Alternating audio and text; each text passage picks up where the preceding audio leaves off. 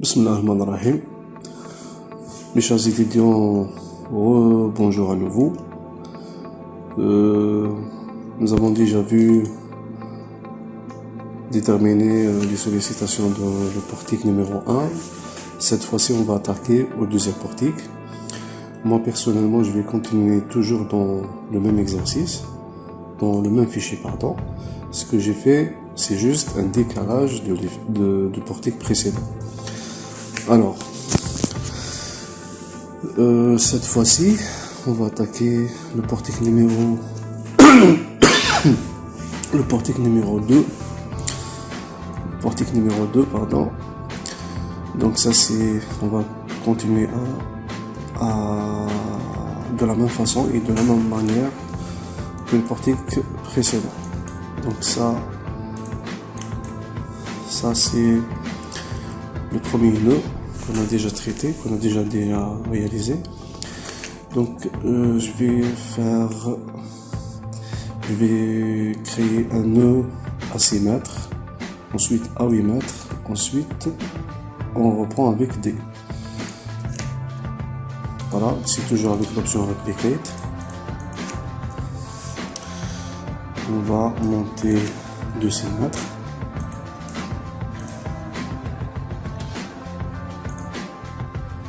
Invisible, donc c'est une fois que vous ne voyez, une fois que vous ne voyez pas les nœuds, vous cliquez sur Display Options.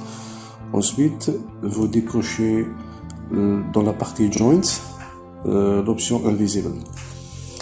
Et voilà, je vais créer à nouveau vers l'appui C, vers le nœud C et D. Je vais faire un décalage de 8 mètres. Donc je vais sélectionner les deux et faire un décalage, Replicate, ça c'est 0, donc sur le X de 8 mètres. Voilà. Donc je vais affecter mon frame de là à là. Voilà. Échappe. Alors pour le système d'appui, nous avons deux encastrements. Donc j'ai 1 et 2. Je vais cliquer sur Assign et je vais sélectionner mon système d'encastrement. Voilà. Le système de portique qui contient une force P égale à 1 tonne. Donc je peux à partir de zoomer. Voilà. Donc, je clique sur le nœud concerné. Si je veux savoir un petit peu le nom, je vais cliquer sur Labels. Voilà, c'est le nœud numéro 15. Alors, n'a pas de sens cette numérotation, seulement pour se familiariser avec les notations appliquées par le simple nœud. Il commence toujours sa notation à partir de 1 vers l'infini.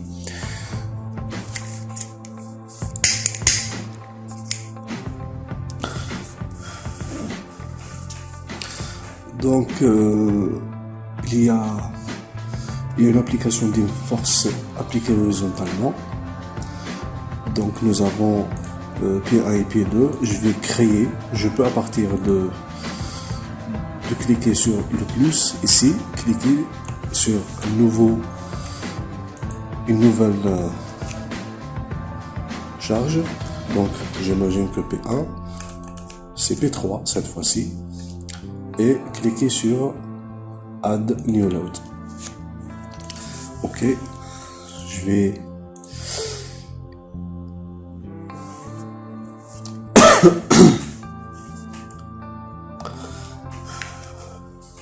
donc nous avons P1 égale à 1 tonne appliqué vers l'extérieur du portique, c'est-à-dire X force égale à unité. Ok, voilà. J'imagine à présent que mon système répond très bien au portique numéro 2. Je lance l'analyse. Voilà. Et rien ne s'affiche parce que je travaille en mode M33 diagramme P2. Ce que je vais faire, c'est de changer vers P3. Et voilà. Donc vous avez un petit peu, il y a une dissymétrie. Donc c'est 1,22 et ça c'est 1,22 à peu près, c'est l'arrondi. Donc au total, j'ai le premier portique et le deuxième. Je peux attaquer le portique numéro 3, étant donné que le 2 il était très facile. J'imagine que le 3 il va prendre un petit peu du temps, mais vous êtes en train de s'entraîner et ça, personnellement, ça ne pose pas de problème et il motive, cette complication, elle me motive très bien. Donc je vais cliquer sur, je vais d'abord déverrouiller mon système, ok, je vais faire move. Donc ça, si je suis à 6 mètres, et à ce moment-là, je suis à 6 mètres, je peux faire un décalage un petit peu de 6 mètres. Donc c'est move, c'est déplacer entièrement l'élément et non pas replicate. Move vers le haut, un petit peu de 6 mètres. Et voilà. Donc j'ai le premier portique et ça c'est le deuxième. Pour attaquer ce nouveau problème, maintenant on va travailler toujours mais en mode négatif, c'est-à-dire je vais faire un nouveau portique. Donc j'ai 1 mètre, 4 mètres et 1 mètre, 4 mètres et 1 mètre. Alors je vais faire move pour l'ensemble vers le côté 0, vers le côté gauche de moins 10 à peu près. Donc ça c'est X, ça c'est moins X. Ok, voilà. Très bien. Je vais dessiner un nouveau nœud. Ça c'est le nœud 16. Je clique sur le bouton droit et je vais modifier les coordonnées afin de faire de ce nœud. Je déplace le nœud en question vers la coordonnée 0, 0, vers l'axe. Je vais en premier lieu faire une translation de 1, 4 et 1. Donc, duplicate, 0, ça c'est 1, c'est 17. Vous voyez un petit peu, le SAP est en train de suivre une loi de 1 plus 1. Ensuite, c'est replicate de 4 mètres et non pas 5, parce que j'ai sélectionné le nœud 17. Ensuite, de 18 vers l'extrémité, c'est 1. Voilà. Donc, à partir du nœud 17 et 18, je vais créer sur Zoom. 17 et 18, je vais déplacer les nœuds de 1 mètre. Donc c'est vers le bas. C'est Z, c'est moins 1. Ensuite, les nœuds en question, vers le bas toujours. Replicate. C'est moins 4. Voilà. J'ai créé sur Zoom. J'imagine pas que la superposition de l'ensemble des portiques ça va poser des problèmes, non, parce qu'il suffit juste de cliquer sur la partie Zoom ou bien sur la loupe. Voilà. Alors maintenant je vais non, il manque quelque chose. Il manque une console appliquée ici avec 0,5. Donc ça c'est le nœud 20. Replicate 0. Donc vers le X, c'est 0,5. Ok. Et le 21. Pardon. C'est moins parce que je suis au sens opposé. C'est 0,5.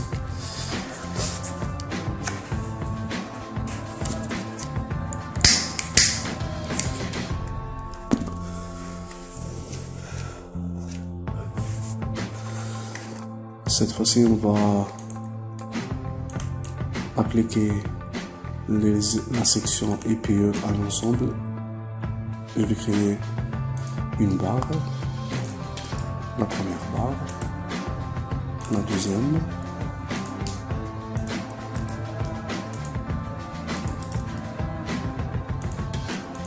voilà. C'est une barre continue, voilà. Très bien. Alors, je vais voir ce qu'il y a comme charge appliquée. Donc, on a une charge Q égale à 1 tonne par mètre linéaire, et P égale à 2 tonnes, et P égale à 2 tonnes. Alors, j'imagine que P1 du système, ça doit être P4. Donc, je vais créer une force. Ça, c'est P4. P4 appliqué, donc c'est livre et admis, ok. Et P4, c'est opposé au sens, non, cette fois-ci je vais opposé, c'est moins 2. Moins 2 tonnes. Ok, voilà. Donc moins 2 tonnes, moins 2 tonnes. Très bien. Et pour cette barre, j'ai une force uniformément répartie, donc c'est distributed. Donc je n'ai pas de charge ici. Je vais créer une autre charge P5. Admis, ok. P5, je vais appliquer une charge uniformément répartie selon la charge gravitaire. Voilà. Maintenant, il reste d'affecter les appuis, pardon. Donc, c'est un portique très simple. J'imagine que l'application est facile. Voilà. Je peux faire apparaître mon système de charge appliquée. Donc, CP5 par exemple. Voilà. Et pour P2, P4, pardon, c'est une charge appliquée sur un nœud, sur les nœuds. C'est une charge appliquée au niveau nodal. Donc je vais cliquer sur Display, Show Load. C'est une option qui permet de visualiser les charges. Donc Show Load, Assign, charge nodale. Donc c'est P4, ok. Voilà. Maintenant, je vais lancer mon système et voir un petit peu. Donc, je vais stopper. Donc, je vais laisser 4 et 5. Voilà. Pour les combinaisons, je vais superposer les deux. Load, add, c'est comb. P4 et P5.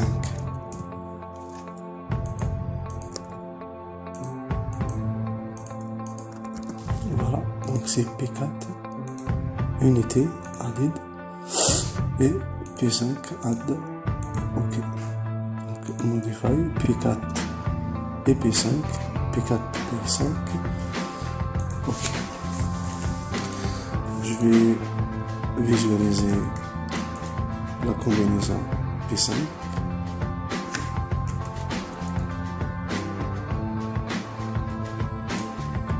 Ok. Je vais cliquer sur zoom, voilà. Et donc, nous avons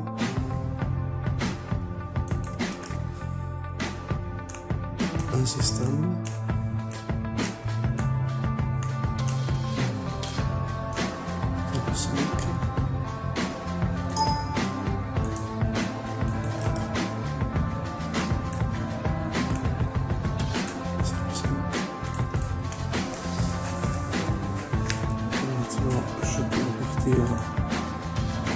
l'ensemble des fenêtres. Je vais essayer un petit peu de visualiser les forts tranchants pour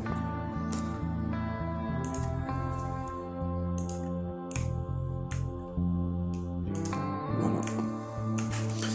Donc ça c'est le moment fléchissant M3-3 sous la combinaison B4 et P4 et P5. Voilà, ça c'est P5 et ça c'est P4. Il faut suivre très bien ce que j'ai fait parce que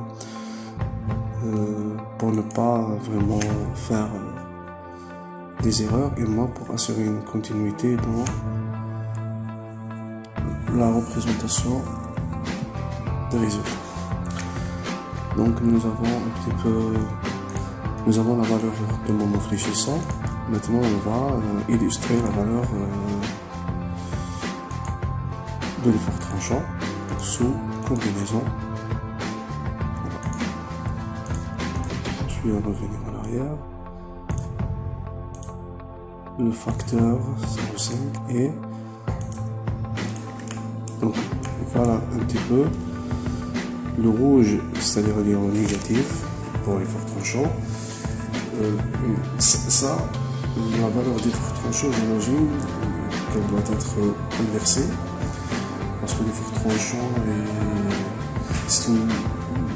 étant donné qu'il a un sens beaucoup plus en matière de valeur et moins en matière de sens, surtout pour les constructions en béton et les constructions métalliques, j'imagine qu'il y a beaucoup de facteurs qui doivent entrer à l'intérieur.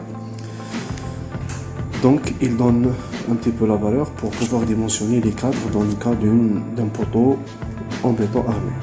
Pour la suite des résultats, j'imagine que vous pouvez, à partir de l'option display, faire apparaître tout ce que vous voulez, effort vertical, voilà, ou bien effort normal. Vous pouvez même voir la déformer à partir de la combinaison. Voilà, on imagine que à ce point il faut diviser cette poutre sur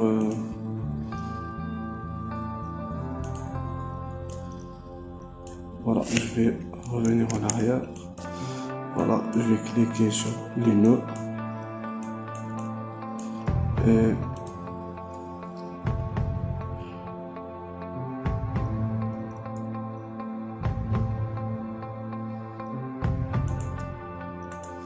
voilà. Donc à partir de ce segment, je vais le diviser en série de divisé par 4 afin que je vais visualiser les déformés. Voilà, donc j'ai une valeur de U3. Je vais changer l'unité millimètres. Voilà, donc une valeur de 0,1, c'est-à-dire 0,13 mm. À déformer, c'est ce qui montre un petit peu que le qu'il est un petit peu bien dimensionné, mais se réserve qu'il faut continuer à analyser l'ensemble du portique et du profil. La vidéo est à présent terminée. On se voit sur le 4e problème. Sur ce, au plaisir.